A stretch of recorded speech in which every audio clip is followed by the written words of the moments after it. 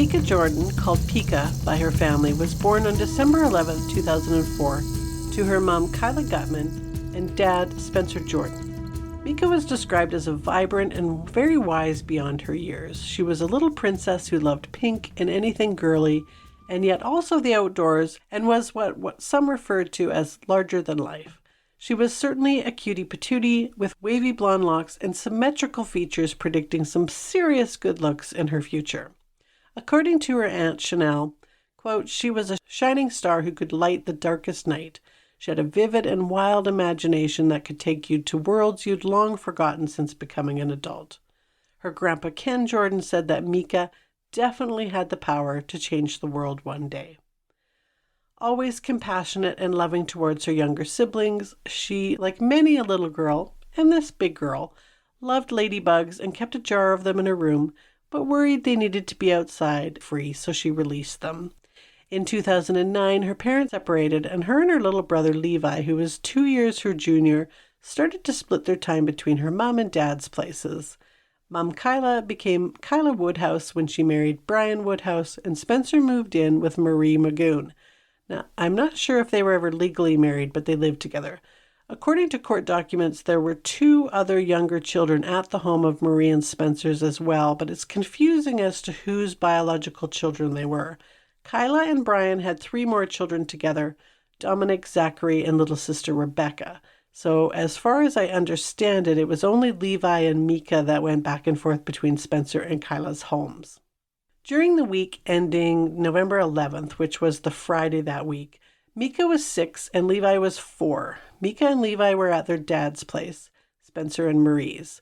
There was some disputes going on over custody at that time, so the separation between Kyla and Spencer was not going great and all co-parenty like one would hope. And a few weeks before that, Kyla did contact Child Protective Services on Spencer and Marie over some scratches that were on Meika's face. This was according to Nancy Hicks' coverage on Crime Beat, but there's no reporting on if anyone came out to see Meika over that or if it was just put down to some spitefulness on the part of Kyla, which it turns out it very much wasn't spitefulness on her part. She had reason to be concerned about her little peanut. On November 11th, during the day, Spencer texted Kyla that Marie had left him and he wanted to keep the kids with him at least another day. Marie also texted Kyla and confirmed that story, so Kyla said, fine, I'll get her the next day on the 12th, the Saturday after some back and forth. Knowing he wasn't going to bring her back anyways any earlier than he damn well wanted to, she agreed to return on Tuesday the 15th. Just so you know, at least in Alberta, court-ordered custody agreements or not, the police cannot just go in and return your children to you if your ex decides to keep them longer. There has to be a reason to believe they are in danger, and then you have to have a court order to seize the kids first. It's a whole brouhaha that I'm still quite bitter over.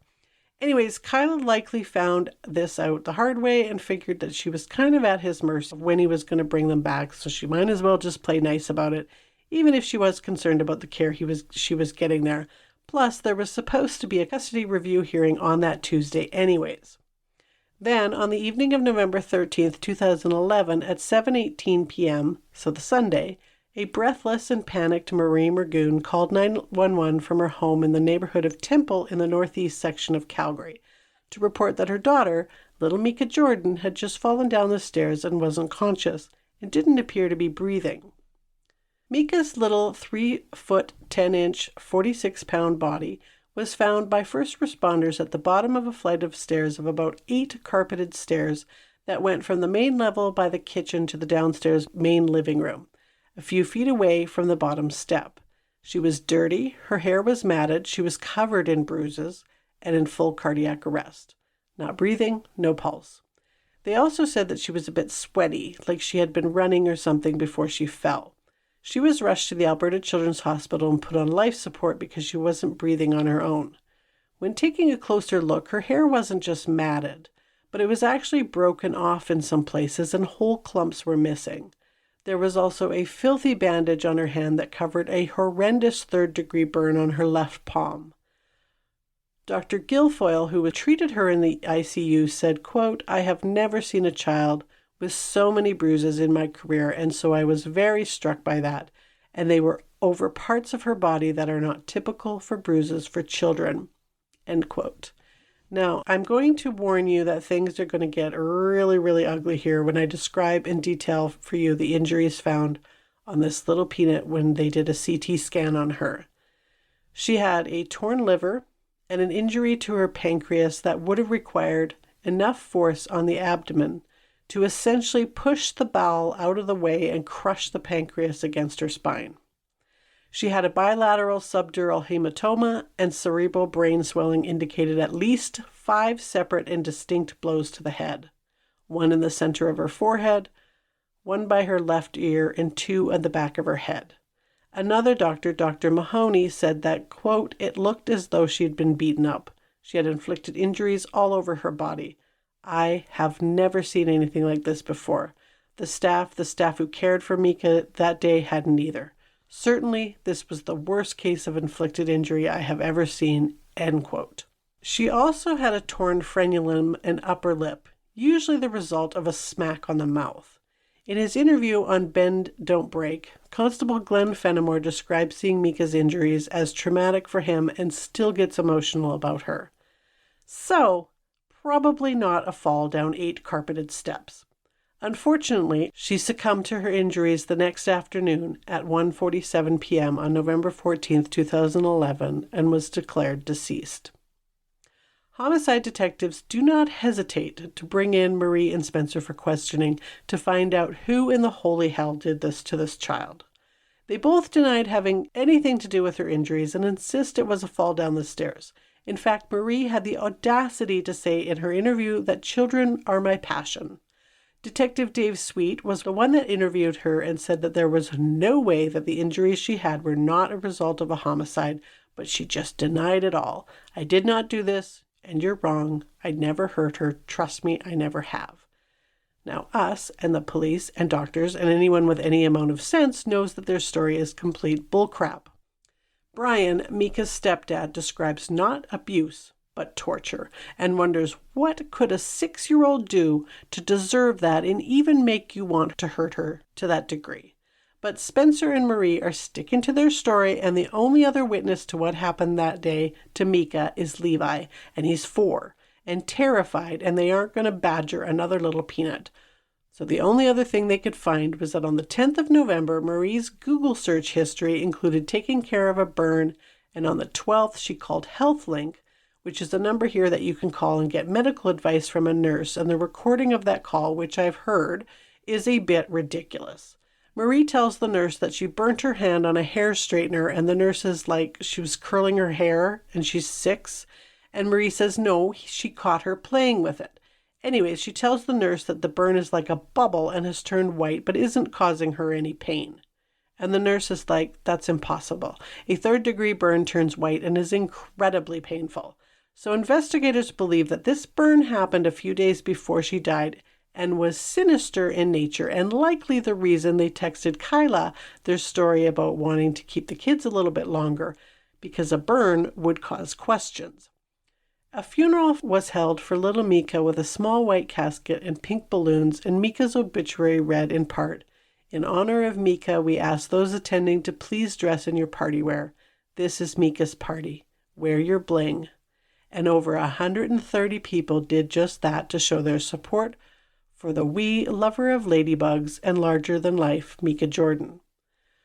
Dr. Christopher Milroy, originally from the UK, reviewed the case, an expert in pediatric autopsies, and determined that there were no historical head traumas or abdominal injuries, and that her fatal injuries happened about 25 hours before she died, so the Sunday, November 11th, the day of the call to 911. So with only that to go on, investigators feel that perhaps the best thing to do is to lay off these poor guys and stop putting so much darn pressure on them. Let them go on with their lives, maybe get a new job, some new friends. Enter Operation Sash or Safe and Sound in Heaven, to you and I lay people known as Mr. Big. So they do just that. Now, I'll try not to go into too much detail about the sting operation, but I love these stings. They are so interesting to me on how they work. So basically, a male and female undercover cop pose as boyfriend and girlfriend. The guy offers Spencer a job, just doing basic stuff, counting money, making deliveries, etc. He's supposed to know that what they're doing is illegal, and they are just part of a much bigger organization, and the female cop befriends Marie. So we'll call them John and Mary. So Mary tells Marie, I did a hit and run, and this guy, Mr. Big, is helping me pass a polygraph and alter some security footage to get me an alibi so I don't get arrested. Then conveniently, while Spencer is out of town on one of these deliveries, Marie gets a visit from a uniformed cop saying he's there looking for Spencer. When he leaves, she calls Spencer in a panic, and they decide, hey, why don't you meet with this Mr. Big and maybe he can help us get out of this? So Spencer does this because Mr. Big, as you know, needs to hear the truth, the full truth, and nothing but the truth. He has to know all the details and trust you. So Spencer gives his part of what he did to little Meika. I remember the day before, me and my wife were fighting. The day before she fell down the stairs. Me and my wife were fighting, and I ended up taking a little bit of anger out on my daughter. I didn't hit her. More or less just pushed her. But I remember her falling back on our hard tile floors. And she smoked her head pretty good there. I thought I checked her later on. I thought she was fine. Probably should have checked her out a little bit better. Woke up the next day. Day she does. Sorry, what days are these? I don't. Saturday the 12th is when I pushed her and she hit her head really hard. The 13th is the day she fell downstairs and called 911. But that morning, we used to have we were talking about lying. Lying, and our kids used to drive her nuts. They learned it from their mom. Marie's not her mom. Obviously, it's his stepmother. Okay. Right? She learned the lying from her mom, and it would drive me nuts. Drive me nuts to the point where it would make me mad. So I used to hit them the side of the head. I'm sure your dad. Oh, I got a few of those. Like that. Cuffed on the back of the head. Used to do that a lot. Now, I remember her being lucid, actually, that day. What do you mean by this? She wasn't herself. That's the only thing I can say. She's usually just happy-go-lucky, happy person. Just wasn't herself, but I was still angry. And honestly don't remember how it happened, but I hit her. Hit her somewhere in the stomach area. And she fell over, and she seemed okay again. But then the rest of the day, it just seemed okay. Played with the kids, had a meal, all that, and then sitting on the couch watching TV, and I heard her hit the bottom of the stairs. And I turned around and asked if she was okay. She wouldn't respond to me. So I got up and I asked again if she was okay. Wouldn't respond, so I picked her up, brought her into her bathroom, which was right there. I thought she just knocked herself out cold. So I'd splashed some water in her face, trying to knock her out of it. Noticed she wasn't breathing. So I took her out of the bathroom and I started to do CPR on her. Told Marie to call 911. And that's my story. Do you think Marie did the head injuries? When you came in, I said that hearing her voice unlocked something in my head. I remember, and I don't know what day it was, vague memory of her holding Meika about this high off the ground, and just repeatedly. How was she holding her? Like, just by her arms, like here, holding her up. I don't know from how high. Or just how was she standing up? Well, Marie would have been standing up. What are you doing? Why are you lying? You know what I mean? I don't know what she'd been saying. Okay. I don't know if that helps. It's only from whatever height, but I know it would have been upstairs in the tile. But this didn't explain all of her injuries, not the burn on the hand, which the investigators are very interested in. So Spencer tells Marie, you gotta meet with him too. So they stay that night at the Blackfoot Hotel the night before this big meeting, and while under surveillance, discuss between the two of them what their story should be, and Spencer tells her, look, you gotta tell the truth, otherwise he's not gonna help us. The next day, on October 7th, 2012, to be exact, she meets alone with Mr. Big, and he tells her, look, I got contacts at the police, but I need you to fill in some blanks so I'm not going in blind. Again, I'm going to warn you, this isn't going to be easy to listen to. I also get a bit sweary, so if you're sensitive to the F word, you'll forgive me when you hear this. According to Marie, in the week leading up to Meika's death, her and Spencer had been arguing a lot over money. Marie felt that Meika needed discipline, so she was making her run up and down the stairs. But of course, Meika was complaining and, as Marie describes, suffering from this divitude. But in reality, she might have been complaining more that Marie intentionally tripped her a few times as she was running these stairs, making her hit her head on the wall. So to deal with this complaining, Marie held her between her knees and put a lighter under her hand for a full 30 seconds. While she was doing that to her, Meika understandably kicked, screamed, and peed herself, and when she tried to close her hand up in a fist, Marie would force it open again. She said that she thought she was just scaring her and not actually hurting her. But wait, it gets worse. Spencer got annoyed during all the stairs incident and the screaming from the burns, so he grabbed her by her hair and dragged her up 2 full flights of stairs and threw her on her bed. The next day, on the Saturday, they decided it was a good idea to make her again run the stairs. All fucking day. And if she complained, they would spank her and make her do it again. Now remember, this is still a full 24 hours before her death. She would still have to endure Saturday and all of Sunday, and the abuse never stopped. Over the course of the next 24 hours or more, Spencer grabbed her by her shoulders, pushed her down on the tiles of the kitchen floor onto her head, literally threw her up the stairs where she hit the corner of the stove upstairs.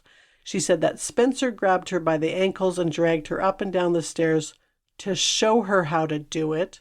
Marie admitted to taking a break from baking cookies and making dinner to hold her by her wrists and shake her. Now, Marie was 257 pounds of woman, and Meika weighed in at 46 pounds. And that while doing that, she screamed at her, just do what your dad asked you to do, and the shaking caused her to hit her head on the tile floor repeatedly while she screamed, yes, yes, I'll do it, I promise. On the Sunday, Meika was, according to Marie, saying she was hungry, wanted a bath, she was hot, and, quote, every excuse possible. So around dinner time, they decided to give Meika a motivational speech and yell at her to just, get her going. But it wasn't working because by this time, Meika had been thrown around like a literal rag doll for 2 days. So Spencer shoved her again against the kitchen cabinets. While Meika lay helpless and limp on the floor, Marie grabbed her again and shook her. She promised to do what she was supposed to do and then went out again, as in lost consciousness. So Marie kicked her down the stairs and hit her head, quote, pretty good. Marie then went back to the kitchen to finish baking cookies. She didn't see what happened after that.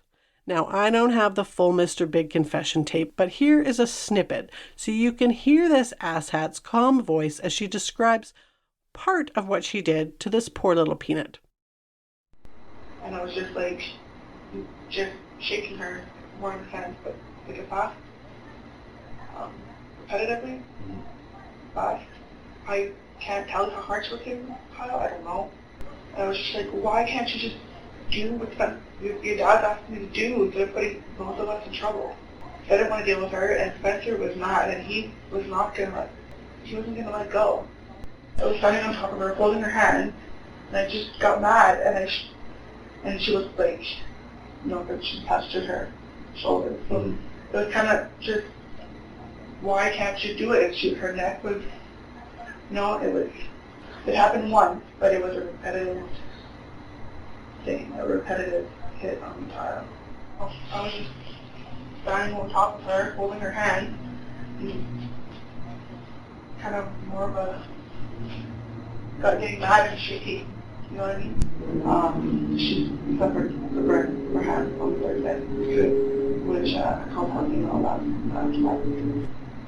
I know all the paperwork said there was something flat between 1 and 4 inch circlets.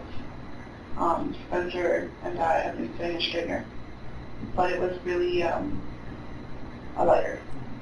I know all the paperwork said there was something flat between 1 and 4 inch circlets. Spencer and I have been saying a straightener, but it was really a lighter. For Brian and Kyla to hear what was done to their child in a courtroom like that, I can't even imagine how you go on. Just to read it takes my breath away. This was Kyla's baby girl, completely defenseless, and she was Spencer's biological child. How? Why? So after this confession of pure evil, they were arrested and charged with first-degree murder, but get this, they got second degree. They decided on a trial by judge only, in the States known as a bench trial, and the judge, Justice Rosemary Nation, although found that they had both intentionally and repeatedly assaulted Meika and that their actions were known to likely cause her death, she didn't find that she had been unlawfully confined during the attacks. Now, we've talked about a couple of these issues before. To be first degree, one of three things has to be proven. It was planned and deliberate, it was the murder of a police or corrections officer or of that nature, or the murder was committed during the commission of another felony. One such felony being kidnapping or unlawful confinement. And we also talked about this one in the Phoenix Sinclair case, that the defense argued that she could have left. That you can't unlawfully confine your own child. Kyla gave an emotional and tearful victim impact statement saying, "How does anyone put into words the loss of a child, my baby girl? Words cannot express the pain and loss, the sorrow and anguish. The sheer devastation myself and family have experienced these last few years without our Meika. I will never again get to see her smile, hear her laugh, or watch her play. Never get to meet her best friends or boyfriends, teach her how to do makeup or accessorize an outfit. These things have been stolen from me in the worst way possible by somebody I once trusted. The feelings that run through me every day, I have to try and forgive and forget, but the truth is I'll never forget. I will never let her death be in vain." And Brian gave a very powerful statement to Marie and Spencer. "You forced us to stand with you as we said our final goodbyes and listen to her heart take its final beat. You forced us to allow you to be part of the decision-making in the funeral for the child you murdered, sharing with you our day of grief and having to look into your faces as I stood before all and said our final goodbye that you forced us to have to say." Spencer, for his part in killing his own child, offered his too little too late apology. Quote, "I'm sorry, but sorry doesn't bring her back. Sorry doesn't bring her back, but I'm sorry for everything. I'm sorry her brothers and sisters will not see her grow up. The victim is not me, you think? Meika died in my care under my roof. It's my responsibility. I loved Meika. I still do, and I miss her every single day. If I could bring her back, I would." And Marie, well, she said, "I'm really sorry for all the pain and suffering I caused. It bothers me every day that I failed her. I'm really sorry. I really am sorry. I feel a lot of shame and I deeply regret my actions. My actions were painful, cruel, and unforgivable. There are no excuses for my irresponsible behavior. I wish I could take it all back. I have a great deal of remorse. I will do everything in my power to get better. I'm really sorry, Kyla, for taking your baby away. She was a beautiful soul." Marie felt she got a bad rap, so she decided to appeal to the Alberta Court of Appeal to have her conviction overturned on the basis of the Mr. Big sting being unfair or some bullshit, and the prosecutor decided it was a good opportunity to appeal the second degree and asked for it to be upgraded to first degree.